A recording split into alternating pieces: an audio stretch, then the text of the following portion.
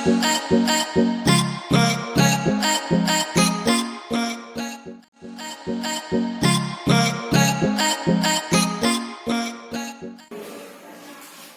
Friends, welcome to JRF chemistry. आज हम लोग एक और बहुत ही इंपॉर्टेंट एंजाइम पढ़ने वाले हैं। वो क्या है? Carbonic anhydrase. ये दो एंजाइम ऐसे हैं, कार्बोनिक एनहाइड्रेज और कार्बोक्सीपेप्टाइडेज की, जो कि एग्जाम्स के पॉइंट ऑफ व्यू से बहुत ही इंपॉर्टेंट है। तो अब हम लोग पढ़ते हैं कार्बोनिक एनहाइड्रेज। ये एंजाइम क्या होता है? ये कार्बोनिक एनहाइड्रेज जो एंजाइम्स है, ये क्या करता है? ये कार्बोक्सिलिक एसिड के इंटर कन्वर्जन को कैटालाइज करता है। तो आप देखिए कि कार्बोनिक एनहाइड्रेज क्या काम करता है। ये CO2 को वाटर के साथ, ठीक है, ये कार्बन डाइऑक्साइड को कन्वर्ट किसमें कर देता है? कार्बोनिक एसिड में, दैट इज H2CO3। ठीक है, H2CO3 ये क्या है? डिसोसिएट होकर के किसमें कन्वर्ट हो जाएगा? H प्लस HCO3 माइनस में कन्वर्ट हो जाता है। दैट इज जो कार्बोनिक एनहाइड्रेज है, कार्बोनिक एनहाइड्रेज, कार्बोनिक एनहाइड्रेज। तो कार्बोनिक एनहाइड्रेज जो है वो कैटालाइज करता है the inter conversion of carbon dioxide into the bicarbonate ion और carbonic acid. That is carbonic anhydrous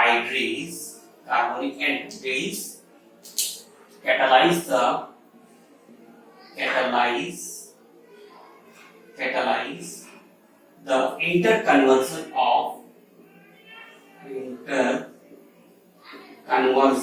of carbon dioxide and carbonic acid, carbon dioxide and carbonic acid. ठीक है, ये इसको कार्बन डाइऑक्साइड को कार्बोनिक एसिड के interconversion को catalyse करता है। इसमें क्या क्या होता है? इसमें जिंक आयन होता है एक्टिव साइट में, जो जिंक आयन टेट्राहेड्रल एनवायरनमेंट में होता है, और हिस्टिडीन 3 हिस्टिडीन अमीनो एसिड्स के नाइट्रोजन एटम से कोऑर्डिनेटेड होता है, और फोर्थ कोऑर्डिनेशन साइट जो है वो ऑक्यूपाई की जाती है वाटर मॉलिक्यूल्स से। तो अगर हम इसका हम स्ट्रक्चर देखें तो इसमें क्या होता है? स्ट्रक्चर में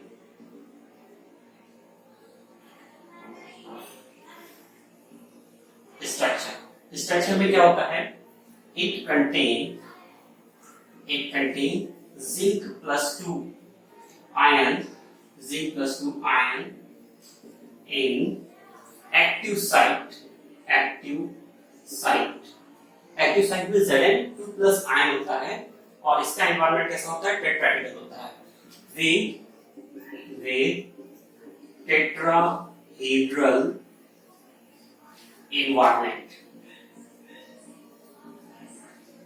तो आप देखिए इसका स्ट्रक्चर किस तरह से होता है। यहाँ पे क्या होता है कि जिंक होता है +2 स्टेट में, और जो कि जुड़ा होता है 3 हिस्टिडीन अमीनो एसिड की नाइट्रोजन एटम से।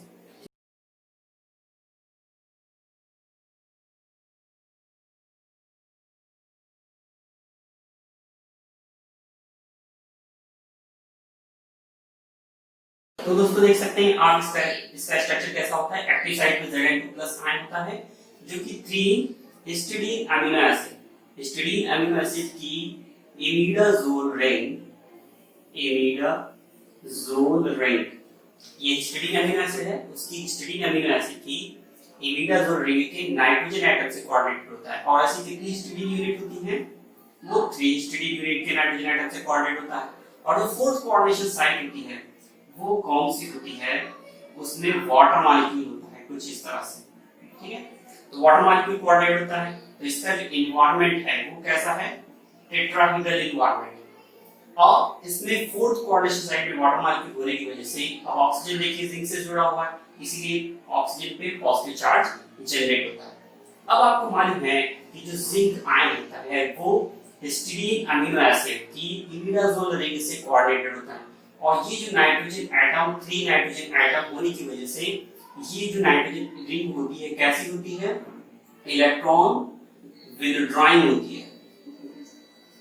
Electron withdrawing. अब इलेक्ट्रॉन विड्रॉइंग नेचर होने की वजह से जिंक आयन क्या करता है, वो यहां से इलेक्ट्रॉन डेंसिटी को, इस H2 मॉलिक्यूल से इलेक्ट्रॉन डेंसिटी को अबस्ट्रैक्ट करता है, जिस वजह से क्या होता है कि ये एक जो बॉन्ड है ये ब्रेक हो जाता है, और बॉन्ड ब्रेक हो जाने की वजह से इसमें क्या हो जाता है, ये बॉन्ड ब्रेक हो जाएगा तो इसके एक्टिव साइट में जिंक में वाटर मॉलिक्यूल की जगह हाइड्रोक्साइड आयन होता है, ठीक है। और ये क्या है, स्टिडीन अमीनो एसिड के 3 नाइट्रोजन एटम से कोऑर्डिनेटेड होता है। यहाँ पे 3 स्टिडीन अमीनो एसिड के नाइट्रोजन एटम से कोऑर्डिनेट होने की वजह से, क्योंकि स्टिडीन अमीनो एसिड का nitrogen atom electron withdrawing nature का होता है, वो इलेक्ट्रॉन को जिंक से एक्सट्रैक्ट करता है। जिंक क्या करता है, इलेक्ट्रॉन को एक्सट्रैक्ट करता है OH बॉन्ड से, जिस वजह से एक बॉन्ड यहाँ पे ब्रेक हो जाता है, और एक बॉन्ड ब्रेक हो जाने की वजह से ये हाइड्रोक्साइड यहाँ पे आ जाता है। तो हाइड्रोक्साइड आयन कैसे बनता है कि एक OH बॉन्ड जो है वो ब्रेक हो जाता है और हाइड्रोक्साइड आयन यहाँ पे प्रेजेंट होता है, ठीक है। अब इसमें ये जो प्रोटीन पार्ट है, आप देख सकते हैं कि ये जो प्रोटीन पार्ट है इसमें कितने अमीनो एसिड्स होते हैं, 207 अमीनो एसिड्स होते हैं, अमीनो एसिड्स होते हैं, ठीक है। और आप देख सकते हैं कि यहाँ पे जो जिंक आयन है कार्बोनिक एनहाइड्रेस में, वो ज्यादा एसिडिक होता है as compared to zinc ion present in carboxypeptidase A। तो यहाँ पे कार्बोनिक एनहाइड्रेट में जिंक आयन होता है, वो कार्बोक्सीपेप्टाइडेज A के जिंक आयन से ज्यादा एसिडिक होता है, that is zinc is more acidic in carbonic anhydrase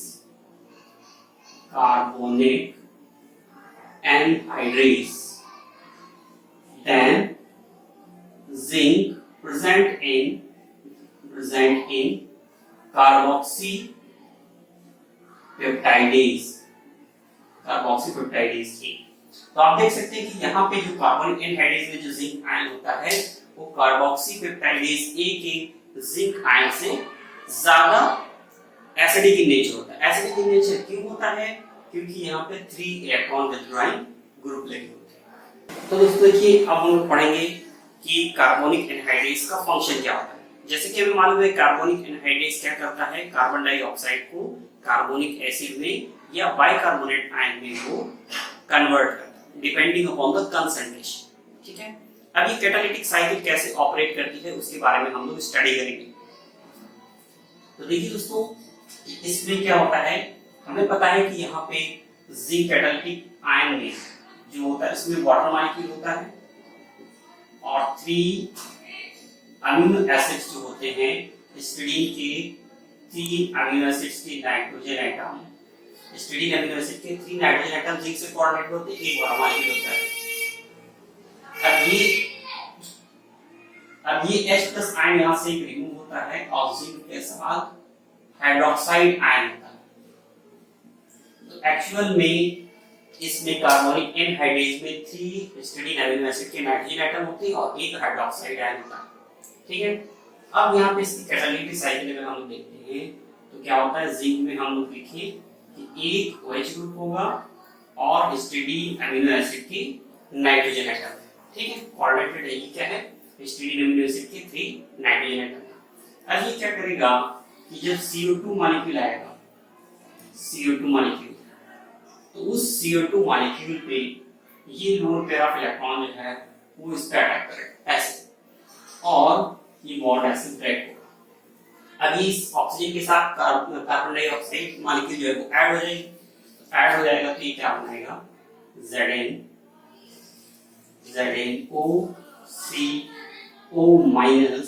double bond O। अब ये हो गया OH, ठीक है, ये OH हो गया। अब यहाँ पे 3 नाइट्रोजन एटम अभी भी इसके साथ कोऑर्डिनेट होते हैं, ये एक इंटरमीडिएट बनाता है। इसके बाद क्या होगा, ये वाला जो प्रोटॉन है, ये प्रोटॉन इस ऑक्सीजन पे आता है और ये वाला जो ऑक्सीजन है वो इस जिंक के साथ आता है, और ये जो बॉन्ड है ये यहाँ से ब्रेक हो जाता है ऐसे। तो समझिएगा इसके बाद क्या होगा, तो ये बिल्कुल रिवर्ट हो जाएगा और ये क्या बना देगा, इस कार्बन के साथ कुछ इस तरह से। ये अब देखिए ये हाइड्रोजन जो है ये ऑक्सीजन के साथ चला गया और इस ऑक्सीजन के साथ जिंक को आप बाइंड कर देंगे। अच्छा ये वाला जो बॉन्ड है ये ब्रेक नहीं होगा, ठीक है। तो क्या हुआ, सिंपली हाइड्रोजन यहाँ इस ऑक्सीजन के साथ चला गया और ये ऑक्सीजन जिंक के साथ जुड़ गया। तो यहाँ पे क्या होता है, कुछ इस तरह से स्ट्रक्चर बनता है, ठीक है, ये स्ट्रक्चर बनता है। अभी आप देख रहे थे यहाँ पे कोऑर्डिनेशन नंबर इसका कितना था, 4 था। इस आयन में कोऑर्डिनेशन नंबर कितना है, 4 है। अब यहाँ पे इस इंटरमीडिएट बनाता है जिसमें कोऑर्डिनेशन नंबर कितना हो जाता है, 5 हो जाता है। कोऑर्डिनेशन नंबर इसका 5 हो जाता है, ठीक है। ये एक बार एग्जाम में आ भी चुका है कि इसने एक इंटरमीडिएट बना दिया था और आपसे पूछा था कि इसमें कौन सा इंटरमीडिएट बनता है। इसके बाद क्या होगा, वाटर मॉलिक्यूल आएगा, वाटर मॉलिक्यूल आएगा और बाइकार्बोनेट आयन को यहाँ से रिमूव कर देगा, that is H2 molecule comes and bicarbonate ion is removed. ये यहाँ पे क्या एरो शो कर रही है कि वाटर मॉलिक्यूल आता है और इस बाइकार्बोनेट आयन को रिमूव कर देता है, ठीक है। तो जब ये रिमूव हो जाएगा तो इसके बाद ये क्या बनेगा, और इस बाइकार्बोनेट आयन की जगह, बाइकार्बोनेट आयन की जगह वाटर मॉलिक्यूल जुड़ जाएगा। तो यहाँ पे ये वाटर मॉलिक्यूल ऐसे जुड़ जाता है और 3 अमीन रेजिड्यू होते हैं, स्टेरिक रेजिड्यू। इसके बाद फिर क्या होगा, ये H+ आयन यहाँ से रिमूव हो जाएगा, H+ आयन रिमूव हो जाएगा और ये OH में फिर से कन्वर्ट हो जाएगा। अब ये कैटालिटिक साइकिल जो है वो ऑपरेट रहती है ऐसे, इस तरह से कार्बन डाइऑक्साइड का किसमें कन्वर्जन हो गया, बाइकार्बोनेट आयन में इंटर कन्वर्जन हो गया। तो एक बार फिर समझ लें कि यहाँ पे क्या होता है कि जिंक में एक OH ग्रुप होता है और OH ग्रुप कैसे आता है, जब एक वाटर मॉलिक्यूल का हाइड्रोजन एटम यहाँ से रिमूव हो जाता है तो OH ग्रुप आ जाता है। यहाँ पे कोऑर्डिनेशन नंबर 4 होता है, कार्बन डाइऑक्साइड ऐड हुई, ये क्या हुआ, एक जो प्रोटॉन था वो ऑक्सीजन पे माइग्रेट कर गया, ऑक्सीजन जिंक से बाइंड कर गया, 5 कोऑर्डिनेटेड स्पीशीज बनी। उसके बाद वाटर मॉलिक्यूल आता है और बाइकार्बोनेट आयन को यहाँ से रिमूव कर देगा, तो 4th कोऑर्डिनेशन साइड से वाटर मॉलिक्यूल होगा और यहाँ पे 3 हिस्टीडीन अमीनो एसिड के नाइट्रोजन एटम होंगे और H+ आयन जब रिमूव हो जाता है फिर से ये इसमें कन्वर्ट हो जाता है, ये कैटालिटिक साइकिल ऑपरेट। एक बार नोटिस करने वाली ये होगी कि यहाँ पे जो जिंक आयन होता है कार्बोनिक एनहाइड्रेज में, वो कार्बोक्सी पेप्टाइडेज ए के कंपैरिजन में ज्यादा एसिडिक होता है। ज्यादा एसिडिक क्यों होता है, due to the electron withdrawing nature of the 3 nitrogen atom of histidine amino acids, okay. अब यहाँ पे एक चीज और देखने वाली है कि जैसे कि हमको पता है कि जिंक +2 और कोबाल्ट 2+ आयन का जो साइज है वो सेम होता है। Zinc 2+ and cobalt 2+ ions have almost same size, दोनों का साइज सेम होता है और इन जिंक +2 और कोबाल्ट 2+2 का कोऑर्डिनेशन नंबर भी सेम होता है।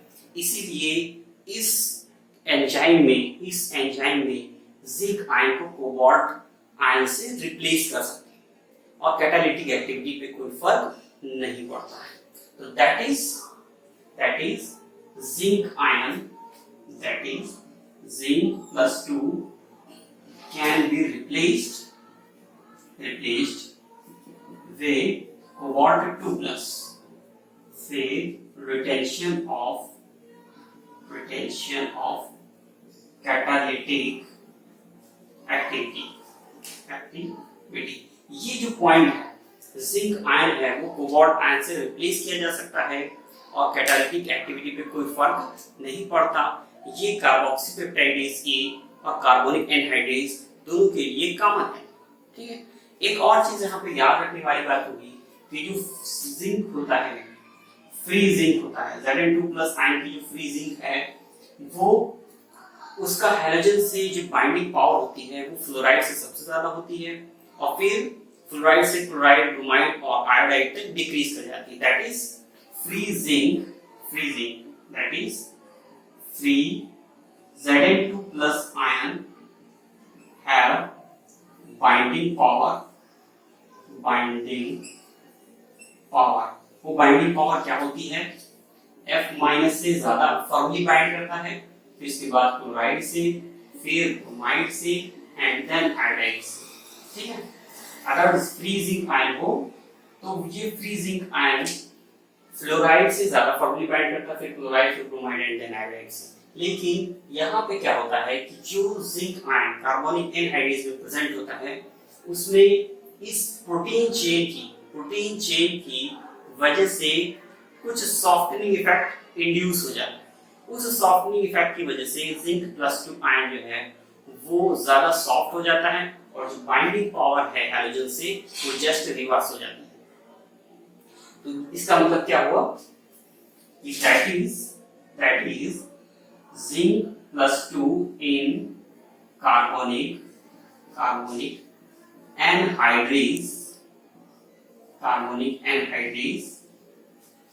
anhydrous have binding power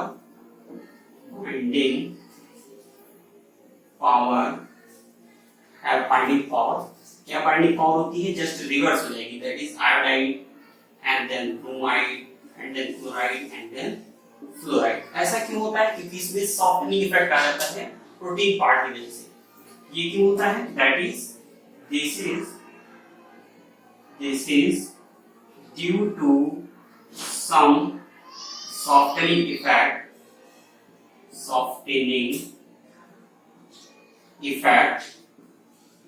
induced in zinc by protein part।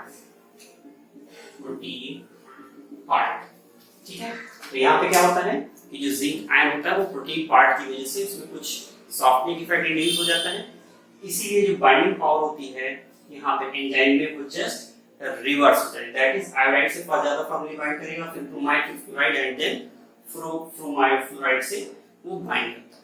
ठीक है, and this is all about for today. So like and share my channel and thanks for watching.